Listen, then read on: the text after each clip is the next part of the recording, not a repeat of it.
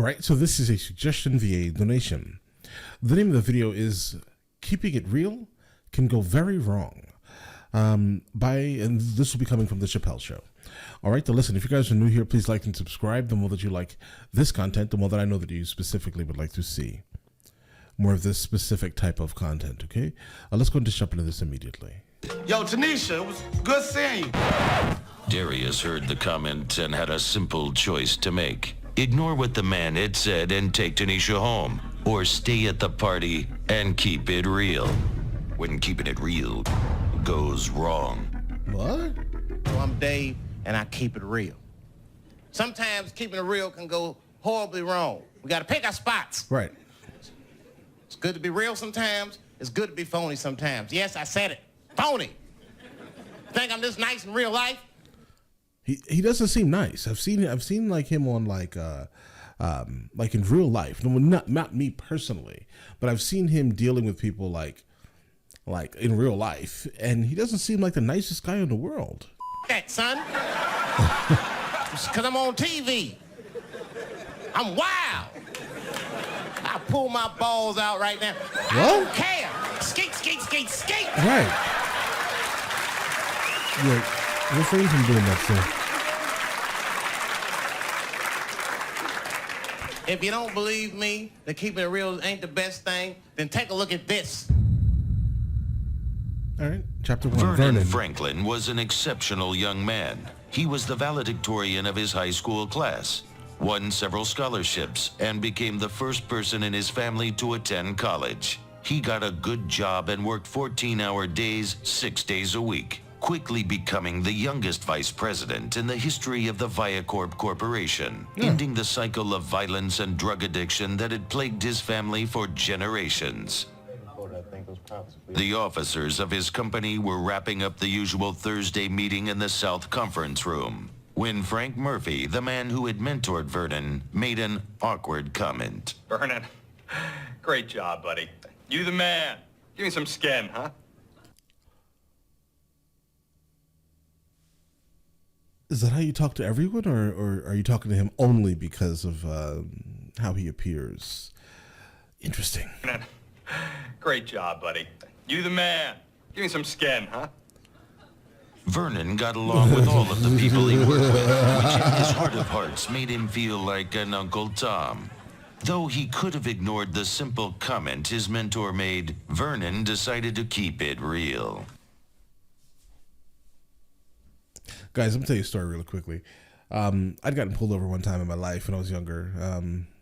Well, that wasn't the only time, but you get what I'm saying. So like when I got pulled over when I was younger, and like this cop decided that it was going to be a really good idea to speak to me like we were friends, right? And not just like regular friends. Like we were, like apparently I was from an area that I've never been really associated with in my life for some reason. But I don't know what it was. I have no idea what it was and why he decided to speak to me.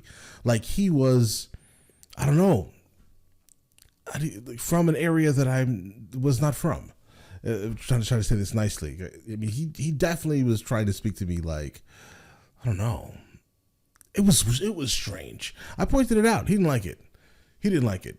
Are you accusing me of something? Not really, but you're talking to me like I don't speak this way. So you assumed I speak that way. So why are you talking to me like that? So it was weird, guys. All right, enough of the story. Toward the simple comment his mentor made, Vernon decided to keep it real. Right. Get your motherfucking hand out of my face. You heard me, mother.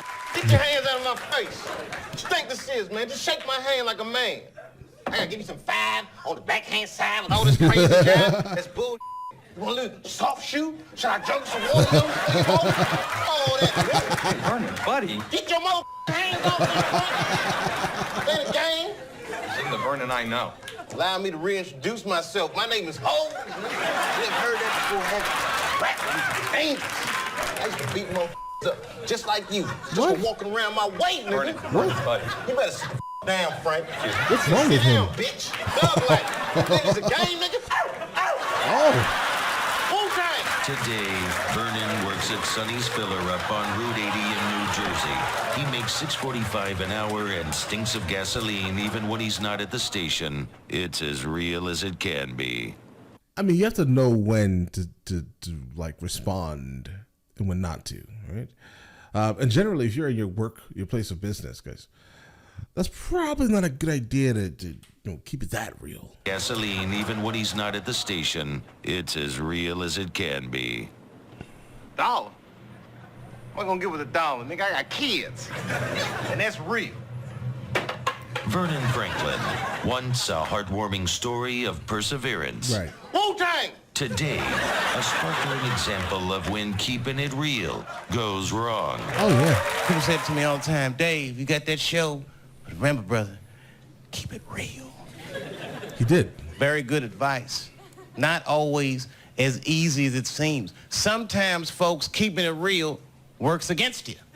More so than other times, like than Darius not, James honestly. was out on a date with his girlfriend, Tanisha Bradley. Darius was almost certain the night would end with sex. But as they were leaving, confrontation reared its ugly head. Yo, Tanisha, it was good seeing you. Darius heard the comment and had a simple choice to make. Ignore what the man had said and take Tanisha home. Or stay at the party and keep it real. Hold on, bro. Just keep walking. No. Turn around. Say, man, good seeing you. Good seeing you? I don't play that. That's my girl, nigga. I keep it real. What Darius didn't know is that Chris was a 10th degree black belt who started trouble just so he could practice his karate and street fighting scenarios. What ensued was one of the most spectacular ass whoopings ever witnessed in the Atlantic. Like what he just said, right? About just starting drama just so they can do something. Like I've encountered a couple of people who like specifically train like with firearms, right? For the sole purpose of like, listen, just guys don't mess with people. All right. Specifically in states like Georgia, for example, where for the most part, everyone has a gun, right? Just don't mess with people. That's what I would suggest. Oof. Let's get it, guys. What ensued was one of the most spectacular ass whoopings ever witnessed in the Atlantic Northeast. Viewer discretion is advised.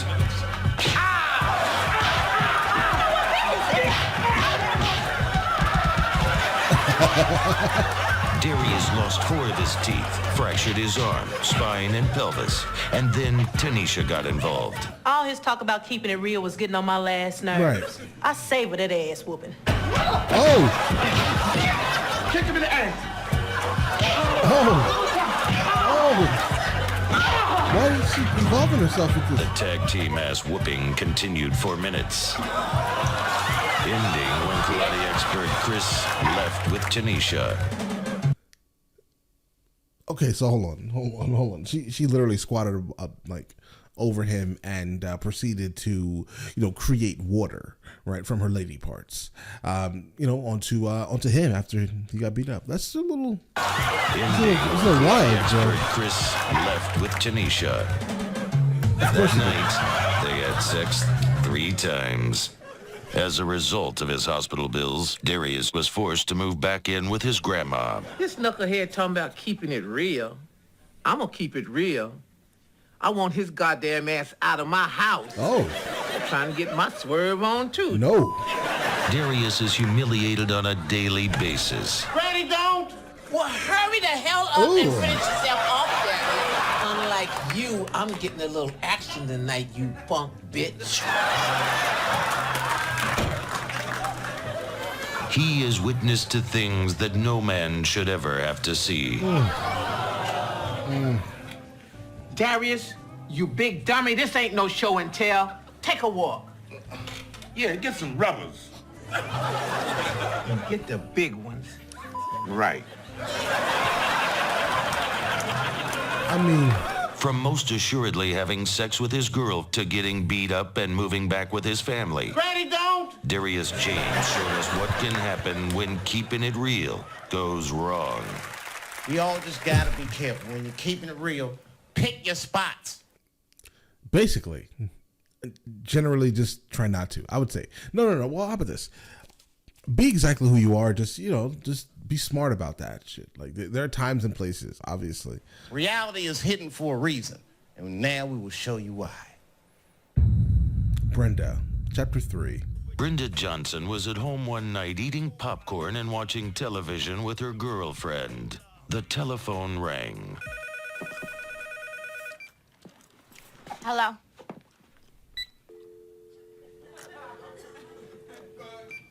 Brenda had a simple choice to make. Ignore the mild rudeness of someone hanging up on her, or keep it real. Dad, I don't like people playing on my phone. Right. Girl, don't even trip. You bigger than that. No. I don't like people playing on my phone. But in reality, it had nothing to do with people playing on her phone. Brenda had long suspected her boyfriend Jamal of cheating on her. This was the straw that broke the camel's back. Hello? Did you just call here, bitch? Excuse me? Oh. I know you just called here. Don't play dumb with me. Stop my man.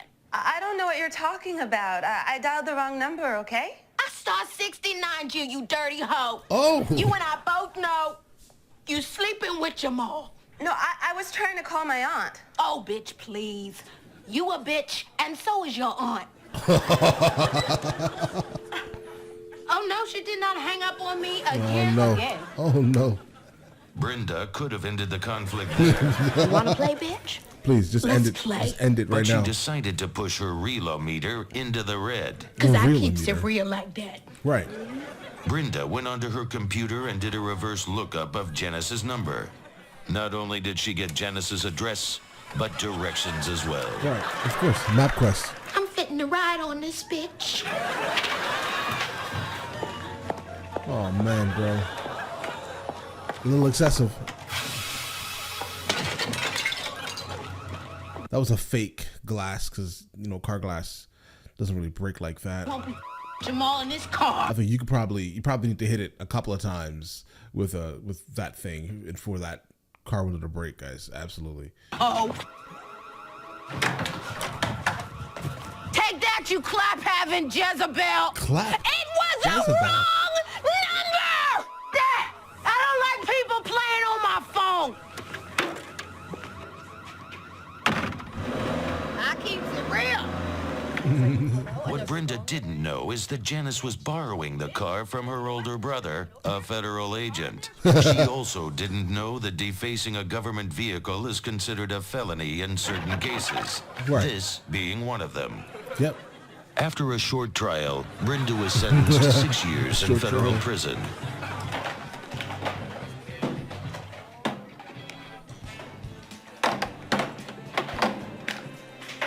What's really hood, bitch? Brenda knew it was important to establish her realness early in prison. Oh, man.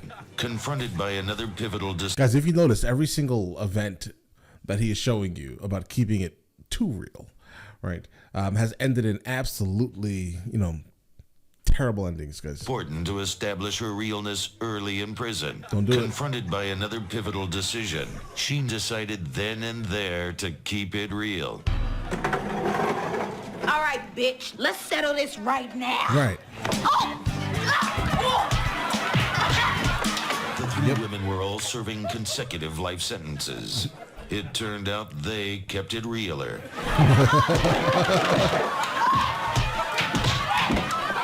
And as for her boyfriend Jamal, You want to talk about keeping it real? Right. he was cheating on Brenda with her best friend. I keeps it real. Ain't that right, shorty? The whole time. From eating popcorn in the comfort of her own home to eating fruit cocktail off of a prison floor, Brenda rounds. Dad, I don't like people playing on my phone. Just another case of what can happen when keeping it real goes wrong. All right, so listen, all of these were absolutely horrific. I would say probably the last one was the worst one. They definitely saved the best one of them for last, right? The first one was still pretty bad too, guys, right? I mean, try not to expect those type of microaggressions. I mean, come on. Just expect them and ignore them, I would say, right? Or make it a teachable lesson, let's say. But all right, listen, let me know in the comments of the next thing from the show, right? That we should be watching, and I will get into that as soon as I possibly can. Listen, you guys all have an amazing day and enjoy it thoroughly, all right?